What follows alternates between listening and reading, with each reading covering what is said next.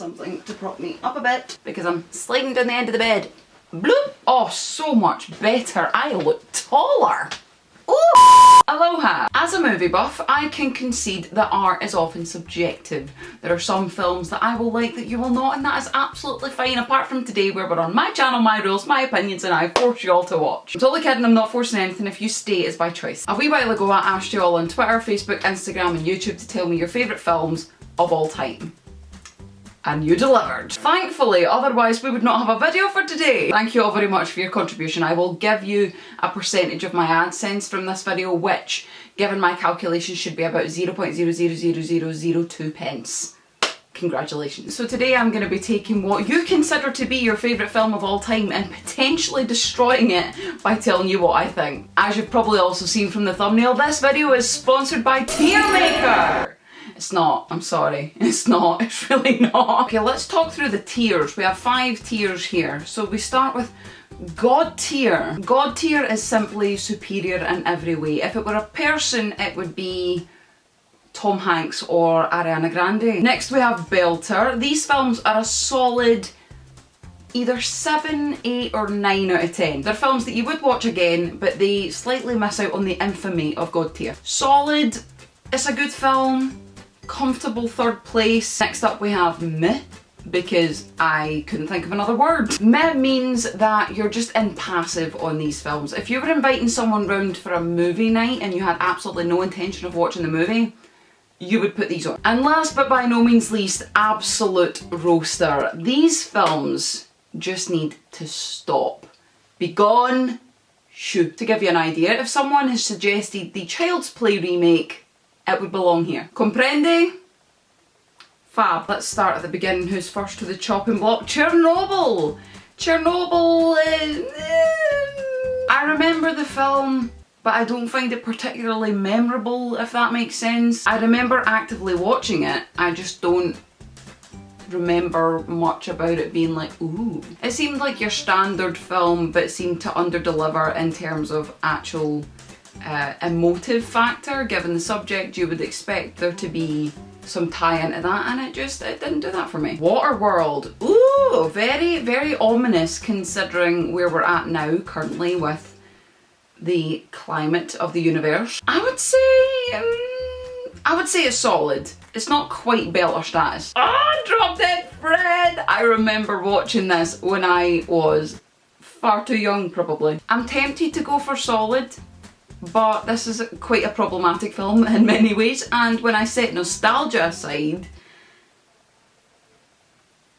it's just meh. Notting Hill, yes, Hugh Grant and Julia Roberts, we have our first belter. If you haven't watched it, I'm just gonna say watch it, because Hugh Grant and Julia Roberts, I don't know what more I can tell you. Let the sky fall into the belter category. I know that a lot of people have issues with the James Bond films and don't find them particularly inventive or creative, because at the end of the day, it's a massive array of films that are essentially following the same premise start to finish. Good guy meets bad guy, good guy defeats bad guy, good guy sleeps with multiple sexy women, and then we all live happily ever after. But Skyfall, cinematically for me, was made very well. I found the whole thing, it ticked many boxes in terms of the creative elements. So Mr. Bond, you are a belter. Harry Potter, people were saying all the films, and it has to be God tier. It has to be God tier. It has to be God tier. Look at what it did for the time in which it was created. Can we just talk about the fantasy elements? People did not see a film like this coming, let alone the multiple films that then followed. God does exist, and his name is Daniel Radcliffe. Next we have a film called Troop Zero. I think this came out, it was either 2018 or 2019.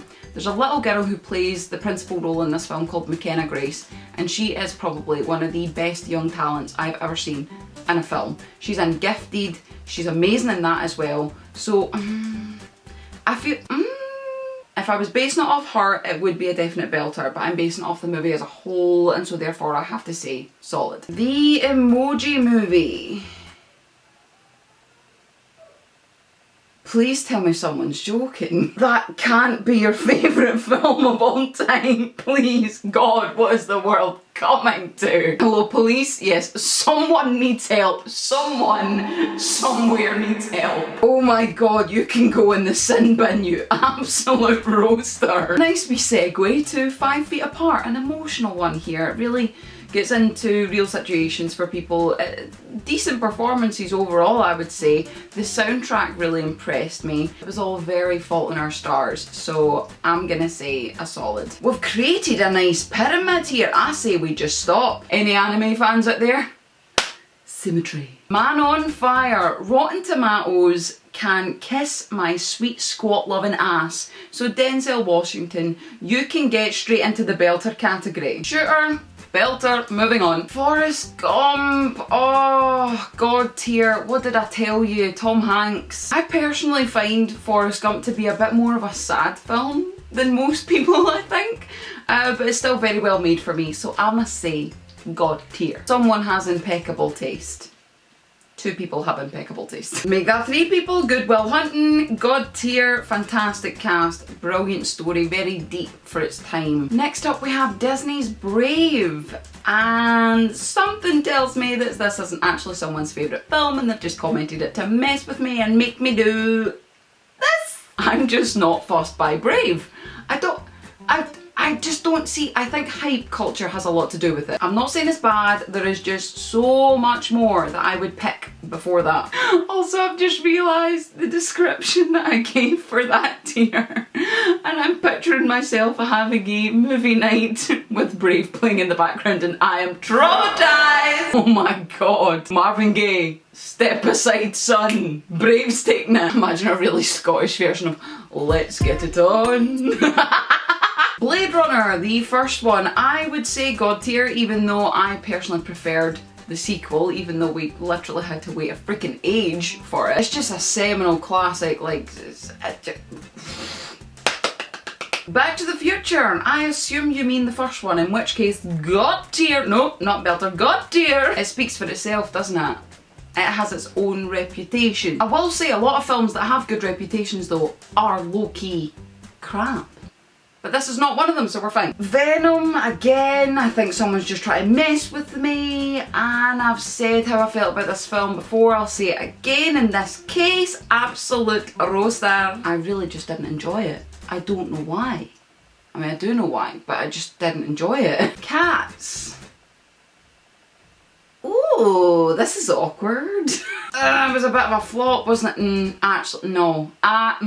The cast was really good, and in its defence, the singing performances were actually decent, so it's a myth. Disney's Cinderella, it has to be a solid. Bippity boppity boo freaking who, it's not a belter. I'm sorry, it's not one of my ultimate fave Disney films. Braveheart, you are going slap bang in the solid category because, again, I'm not overly fussed. Braveheart is one of these films for me where there's elements of it that are completely stand out. So for example, the score is incredible. Some of the cast performances are fantastic. If you want to hear me go in about Hamish's performance, which is William Wallace's pal in the movie, if you go to my favourite Scottish characters video, I will link it below, I'll link it at the end.